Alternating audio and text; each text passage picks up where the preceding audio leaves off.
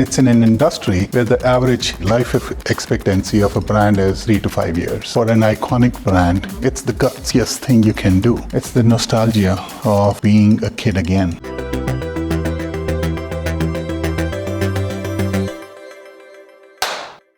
Welcome to The Big Question, the series from Euronews where we speak to some of the biggest names in business. I'm Hannah Brown, and today I'm joined by Sanjay Luthra, the Managing Director for Mattel for Europe, Asia and the Middle East. Thank you very much for joining. So let's dive straight in and talk about Barbie. It's an iconic brand, but just talk me through how it was doing financially and the trends you were seeing leading up to the release of the film in 2023. Barbie before the movie, right? Just imagine it's Barbie at 65-year-old is one of the top-selling doll in the toy industry. And it's in an industry where the average life expectancy of a brand is 3 to 5 years. So I think not many people know that when Barbie was created by Mattel's founder, Ruth Handler, she broke the mold. Before that, the dolls were only nurturing dolls. So that, inspiring the girls only to be a mother. And I think rest is history. Since then, it kind of, broke all the records in the toy industry. I would also say somewhere in 2005, Barbie lost little of its way with the consumers. And the girls wanted to see themselves and their kind of, their word in the Barbie dolls.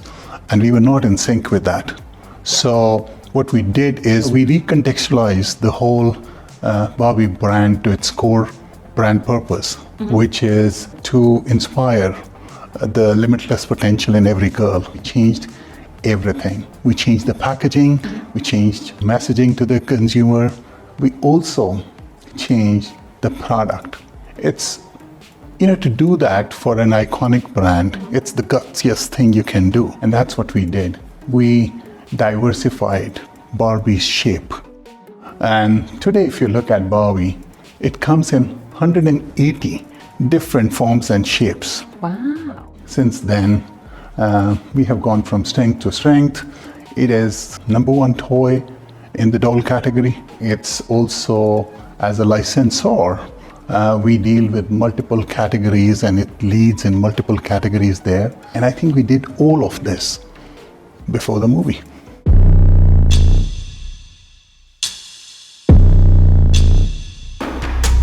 So let's talk a little bit about the film. It was the highest grossing film of 2023 and it topped internet searches in the US for movie merch early this year. So since the film, how have you seen the business change? Have you seen a growth in revenue? Have your customer trends changed at all? Intention was not to just create a movie. Intention was to create a cultural event around it. And I think that's what the movie has done today. The movie has, I would say, recontextualize the whole Barbie brand for a new generation. And it goes so well with our overall what we are wanting to do with the company. It's no more a toy company. What we are saying is it's a toy and a family entertainment company. And we want to build a lot of business, films, television, live events, consumer products, digital gaming, all around beyond the toys. And I would also say there is a trend emerging, which is adults and adult fans and collectors who are getting heavily into the toy industry. That segment of industry, right, in US from 2020 to 2022 has grown 3.9 billion.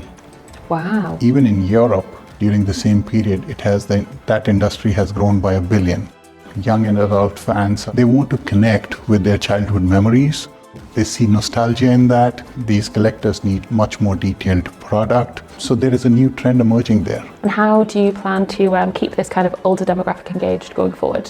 One of our latest offering is Mattel Creations. It's a premium e-commerce site which we have created, and it's largely for all the adult fans and collectors. We are trying to build a community where all these fans and adult fans and collectors can come and share their feedback, talk about the products and trends, and we are getting phenomenal response out of it. Just imagine, I remember old traditional marketing times when we used to have 1,000 surveys, from our consumers across the country and get the feedback in 4 months later. They are very frank and open because they love the brands. I can give you an example from the movie, I'm Kenneth, right? The hoodie. We saw that it's a great product. We listed it and we thought we'll sell 4,000 to 5,000 units, it's a cool thing.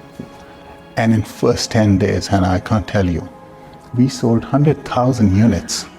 In first 10 days, we have sold more than 200,000 units so far, hoodies. So it's a great example, and that's what we are doing in Mattel Creations. This is one of our fastest growing business right now. And so let's talk a little bit about your role. Yes. I believe Barbie's biggest market is the US, but you cover Europe, Asia, and the Middle East. What are the biggest brands in your territories?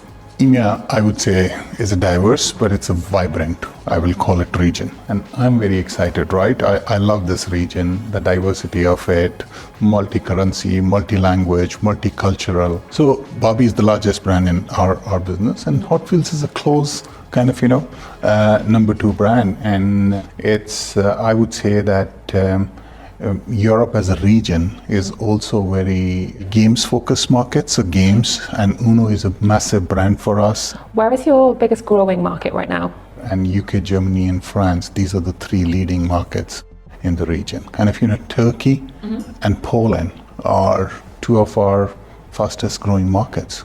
And today they're growing at such a massive pace that they will be soon very close to many of the core European countries. As we are talking about the toy industry, right? Pre-pandemic to post-pandemic, during the pandemic, the industry grew, 6%.